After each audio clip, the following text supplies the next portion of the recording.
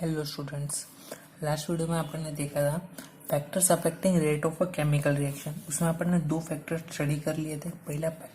First factor था nature of reactant. ये अपन ने देख लिया था कि जो मेटल ज़्यादा एक्टिव होता है वो मेटल रिएक्शन को जल्दी करवाता है, मतलब स्पीड ज़्यादा होती है, रेट ऑफ रिएक्शन ज़्यादा होता है जहाँ पे मेटल ज़्यादा रिएक्टिव होता है, ज़्यादा एक्टिव होता है। ओके, तो रेट ऑफ रिएक्शन बढ़ जाता है। उसके बाद में दूसरा अपन ने देखा था size of particle of reactant. तो मैंने तुमको काफ़ी सिंपल सा एग्जांपल दिया था रियल लाइफ का, पोटैटो का बॉईल करने का। ठीक है, सिमिलरली रिएक्शंस के साथ होता है, सिमिलरली केमिकल्स के साथ भी होता है। अगर तुम उसका फाइन पाउडर फॉर्म में लोगे तो कोई भी रिएक्शन का सरफेस एरिया इंक्रीज हो जाएगा और वो जल्दी से रिएक्ट कर जाएगा और रिएक्शन फास्ट हो जाएगा, उसका रेट बढ़ जाएगा। तो ये भी अपन ने देख लिया था, size of particle of reactant.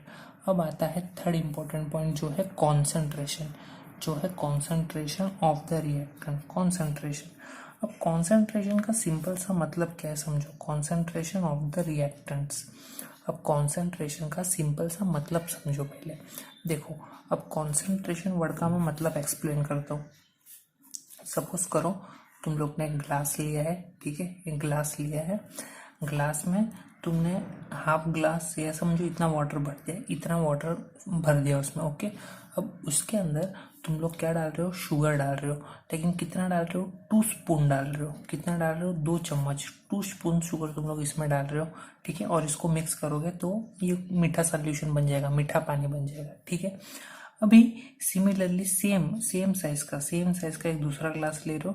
मेरी ड्राइंग जरा खराब है, थोड़ा सा पतला दिख रहा है, आई नो, बट सपोज कर लो, इमेजिन कर लो सेम साइज का है। ठीक है, उसमें तुम लोग ने वाटर भी सेम अमाउंट में ही भरा है। इमेजिन करो, सपोज करो सेम अमाउंट में ही वाटर भरा है, मालूम है थोड़ा कम दिख रहा है, बट इमेजिन करो सेम अमाउंट में भरा है।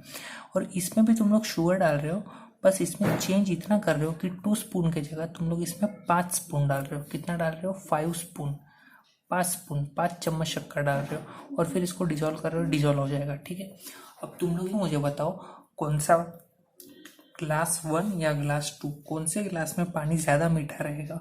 सीधी सी बात है, तुम लोग बोलोगे सर ग्लास 2 में पानी ज़्यादा मीठा रहेगा। कॉमन सेंस, क्योंकि 5 चम्मच शुगर डालोगे सेम अमाउंट ऑफ वाटर में, तो डेफिनेटली सीधी सी बात है कि इसके अंदर मीठा ज़्यादा रहेगा एज कम्पेयर टू ग्लास 1।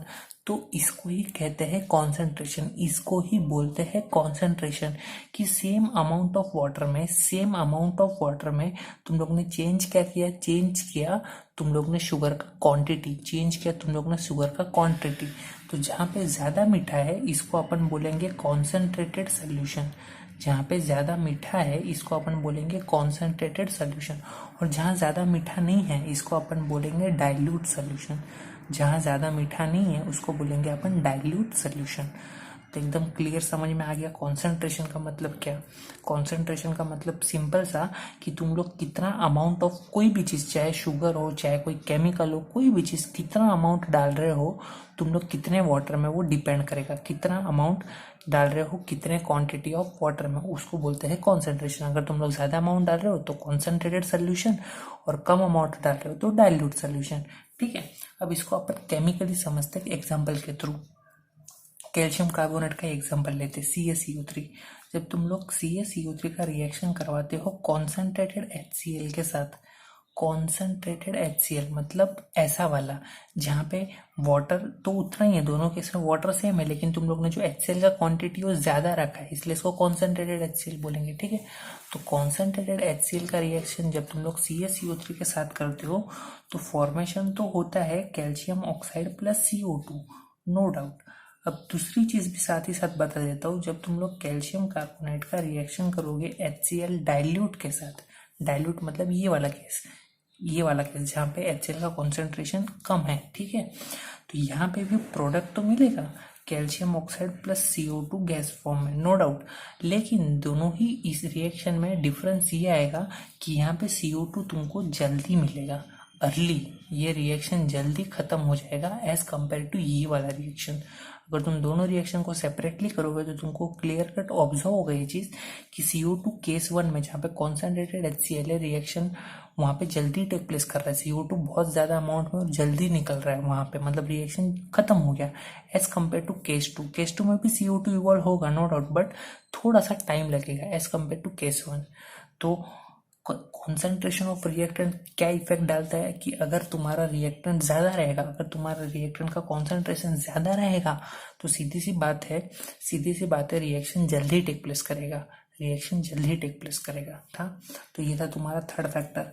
अब बात करते हैं फोर्थ फैक्टर की। फोर्थ फैक्टर है temperature of the reaction. Fourth factor है टेम्परेचर ऑफ द रिएक्शन।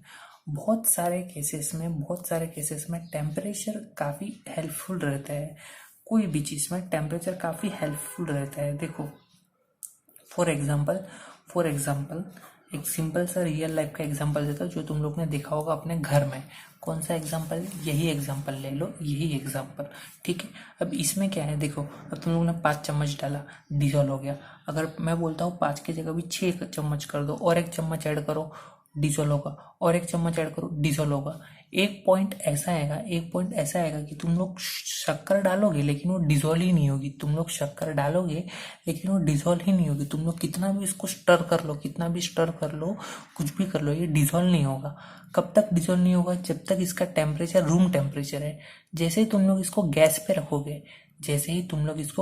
रखोगे तो गैस पे रखते ही तुम लोग तुरंत नोटिस करोगे, जैसे ही इसका टेम्परेचर बढ़ना चालू होगा तुरंत ही जो शुगर पहले डिजोल्व नहीं हो रही थी अभी डिजोल्व होना चालू हो रही है, और वो तुरंत डिजोल्व हो जाएगी, तुरंत फ्रैक्शन ऑफ सेकंड में वो डिजोल्व हो जाएगी। फिर तुम लोग और 2 चम्मच डालोगे तो और डिजोल्व हो जाएगा। बट उसमें भी एक पॉइंट आएगा कि तुम लोग फिर कितना भी टेम्परेचर इंक्रीज कर लो वहां पे फिर ज्यादा और शुगर डिजोल्व नहीं हो सकती, क्योंकि उसकी कैपेसिटी खत्म हो चुकी है वाटर की और अमाउंट ऑफ शुगर को डिजोल्व कर लेने की, ठीक है। तो वो बहुत आगे की बात है, बट सिंपल सी चीज ये तुम लोग नहीं किए हो या नहीं ऑब्जर्व किए हो तो किचन में जाओ, मम्मी को पूछो, मम्मी भी बता देगी ये चीज, ठीक है।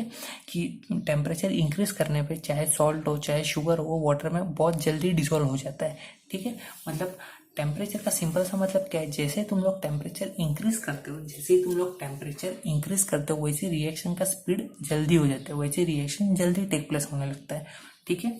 तो ये था इसका सिंपल सा एक्सप्लेनेशन। मैंने डिटेल में एक्सप्लेन कर दी ये चीज को कि टेम्परेचर क्या रोल प्ले करता है। तो टेम्परेचर अगर तुम्हारा ज्यादा रहेगा रिएक्शन का तो रिएक्शन काफी जल्दी हो जाएगा, फास्ट हो जाएगा। और अगर टेम्परेचर कम रहेगा तो रिएक्शन स्लो होगा, ठीक है। तो ये था सिंपल सा एग्जांपल। ओके, अब बात करते हैं लास्ट फैक्टर जो तुम्हारे सिलेबस में है, और वो है कैटलिस्ट। अब कैटलिस्ट का क्या रोल है ध्यान से समझना। कैटलिस्ट क्या होता है ये ध्यान से समझना, ठीक है। अब देखो कुछ एक आधे रिएक्शंस ऐसे होते हैं कि जिनका तुम लोग पार्टिकल का साइज कम करो या पार्टिकल का साइज ज्यादा करो उनको कुछ खास फर्क नहीं पड़ता है, उनके रिएक्शन में कुछ खास डिफरेंस तुमको नजर नहीं आता है। जैसे कि अगर मैं एग्जांपल लेता हूँ इसका पोटेशियम क्लोरेट का, ये तुमको याद रखना पड़ेगा, ये एक ही रिएक्शन है जो मैं बोल रहा हूँ तुमको याद रखना पड़ेगा। इसका केमिकल का नाम याद रखना पड़ेगा, इसको बोलते हैं पोटेशियम क्लोरेट को जैसे तुम लोग हीट सप्लाई करोगे पोटेशियम क्लोरेट को, तो ये कन्वर्ट हो जाएगा KCl प्लस ऑक्सीजन गैस का लिबरेशन करेगा, मतलब ऑक्सीजन गैस को बाहर निकालेगा, ठीक है। अब यहाँ पे अगर मैं पूछता हूँ ये रिएक्शन एंडोथर्मिक है कि एक्सोथर्मिक है, तो तुम्हारा क्या आंसर होगा। देखो मैंने पहले बोला था एरो के ऊपर हीट लगा रहे हो, ट्रायंगल लगा रहे हो मतलब हीट दे रहे हो, और दे रहे हो मतलब ये रिएक्टेंट के साइड हो गया, दे रहे हो तुम लोग सामने से दे रहे हो ना, मतलब रिएक्टेंट में तुम लोग हीट डाल रहे हो। तो इसका सिंपल सा मतलब है कि ये एंडोथर्मिक रिएक्शन है। ये मैंने पहले भी बताया कि कहीं पे भी अगर एरो के ऊपर हीट दिखे तो समझ जाने का ये एंडोथर्मिक रिएक्शन है, और हीट बाहर प्रोडक्ट साइड में यहाँ पे हीट लिखा हुआ दिखे तो समझ जाने का वो एक्सोथर्मिक रिएक्शन है। अगर रिएक्टेंट में हीट लिखा हुआ दिखे या तो ट्रायंगल दिखे समझ जाने का एंडोथर्मिक, और प्रोडक्ट में हीट लिखा हुआ दिखे तो एक्सोथर्मिक। सिंपल सी चीज है, ठीक है। ओके, अब बात करते हैं रिएक्शन की। ये जो पोटेशियम क्लोरेट है ना, इसका तुम लोग साइज कम कर लो ज्यादा कर लो कुछ खास फर्क नहीं पड़ेगा। फर्क कब पड़ेगा? फर्क तब पड़ेगा जब तुम लोग इसको मैंगनीज ऑक्साइड के प्रेजेंस में मैग्नीज ऑक्साइड के प्रेजेंस में इसको ट्रीट करोगे। मतलब क्या कि मैग्नीज ऑक्साइड क्या करेगा कि ये जो ऑक्सीजन पहले इवॉल्व हो रहा था वो कुछ स्पीड से इवॉल्व हो रहा था, लेकिन वो ऑक्सीजन का स्पीड बढ़ा देगा, इवॉल्व होने का स्पीड बढ़ा देगा। इवॉल्व होने का स्पीड बढ़ाने का मतलब है कि वो रिएक्शन को काफ़ी जल्दी करा रहा है। वो रिएक्शन को क्या करा रहा है, काफ़ी जल्दी करा रहा है। तो अभी ये MnO2 ने क्या काम किया, MnO2 ने ये काम किया कि जो रिएक्शन पहले स्लो हो रहा था वो रिएक्शन को भी फास्ट कर दिया। जो रिएक्शन पहले स्लो हो रहा था वो रिएक्शन को भी फास्ट कर दिया, ठीक है।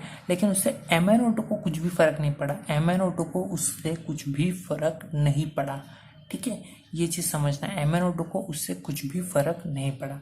तो इसको बोलते हैं कैटलिस्ट। तो कैटलिस्ट एक ऐसा सब्सटेंस होता है जिसके प्रेजेंस में तुम्हारा रेट ऑफ रिएक्शन जल्दी हो जाता है, रिएक्शन जल्दी ही कंप्लीट हो जाता है, ठीक है। देखो, अगर और तुमको रियल लाइफ के एग्जांपल दूं तो एकदम सिंपल एग्जांपल है। तुम लोग पढ़ाई करने बैठे हो, तुम लोग घर पे पढ़ाई करने बैठे हो, ठीक है। और तुम्हारे सामने पिताजी बैठे हुए हैं, तुम्हारे पापा तुम्हारे सामने बैठे हुए हैं। केस वन पिताजी तुम्हारे सामने बैठे। केस 2 तुम्हारे जो डैडी है, तुम्हारे जो फादर है, वो तुम्हारे सामने नहीं बैठे, वो गए काम पे, ऑफिस में गए, ठीक है।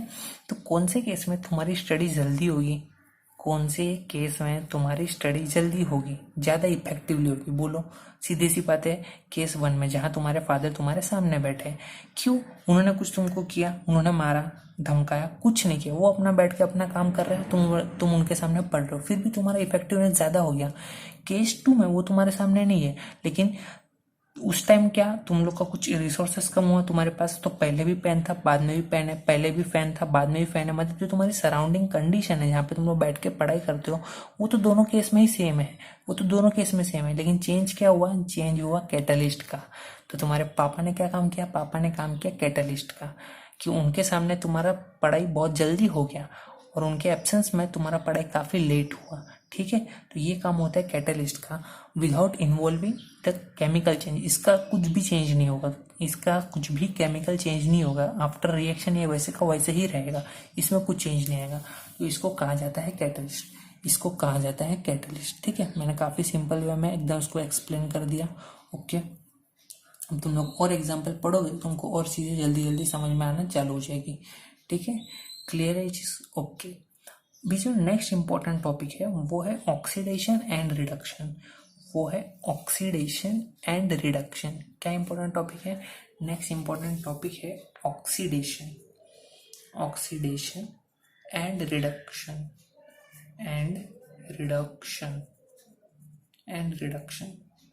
अब ये ऑक्सीडेशन एंड रिडक्शन क्या होता है, ध्यान से सुनना और समझना। ऑक्सीडेशन एंड रिडक्शन क्या होता है? देखो, अब मैं पहले बात करूं ऑक्सीडेशन की, तो सुनना। ऑक्सीडेशन का मतलब होता है, ऑक्सीडेशन की भी कई डेफिनेशन है। ऑक्सीडेशन का मतलब होता है addition of O2, addition of oxygen, इसको कहा जाता है ऑक्सीडेशन। सिमिलरली अगर मैं रिडक्शन की बात करूं तो रिडक्शन में क्या हो जाएगा? रिडक्शन में हो जाएगा एडिशन ऑफ H2 हाइड्रोजन, तो उसको बोलेंगे रिडक्शन। इसका दूसरा मीनिंग ऐसा भी निकलता है removal of H2, removal of hydrogen. और इसका दूसरा मीनिंग सेम ऑपोजिट, अगर यहाँ पे रिमूवल ऑफ H2 है तो यहाँ पे रिमूवल ऑफ O2 होगा। क्या होगा? रिमूवल ऑफ ऑक्सीजन, ठीक है। इसका तीसरा भी डेफिनेशन है कि ऑक्सीडेशन का मतलब होता है लॉस ऑफ इलेक्ट्रॉन, ठीक है, लॉस ऑफ इलेक्ट्रॉन। और रिडक्शन का मतलब होता है गेन ऑफ इलेक्ट्रॉन को एक्सेप्ट करना, गेन ऑफ इलेक्ट्रॉन, ठीक है। अब चीजों को समझो, ऑक्सीडेशन एंड रिडक्शन। ऑक्सीडेशन का मतलब होता है एडिशन ऑफ ऑक्सीजन, या तो रिमूवल ऑफ हाइड्रोजन, या तो लॉस ऑफ इलेक्ट्रॉन। ये तीनों में से कोई भी चीज होगी तो उसका मतलब है ऑक्सीडेशन हुआ। और रिडक्शन मतलब एडिशन ऑफ हाइड्रोजन, या तो रिमूवल ऑफ ऑक्सीजन, या तो gain of electron. Loss of electron मतलब इलेक्ट्रॉन को छोड़ना, और गेन ऑफ इलेक्ट्रॉन मतलब इलेक्ट्रॉन को एक्सेप्ट करना, इलेक्ट्रॉन को खींचना अपनी तरफ, इलेक्ट्रॉन को एक्सेप्ट करना। ठीक है, जैसे कि अगर मैं सिंपल एग्जांपल दूं, अगर यहाँ पे सोडियम रखते हो और एक क्लोरीन रखते हो, तो सोडियम और क्लोरीन आपस में क्या बनाते हैं, NaCl बनाते हैं।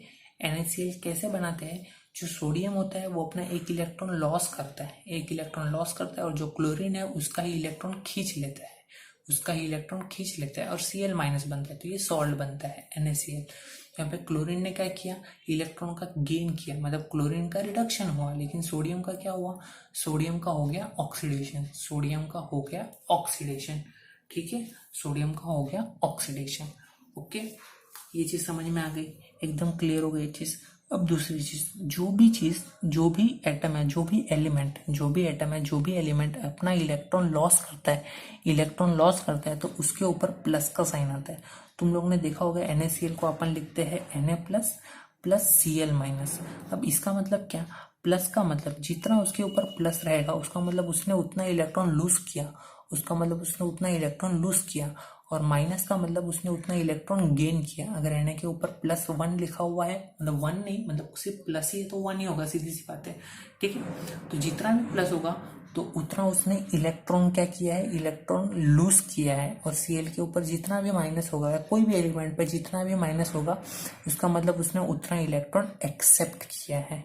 ठीक है, इतना बेसिक समझ में आया।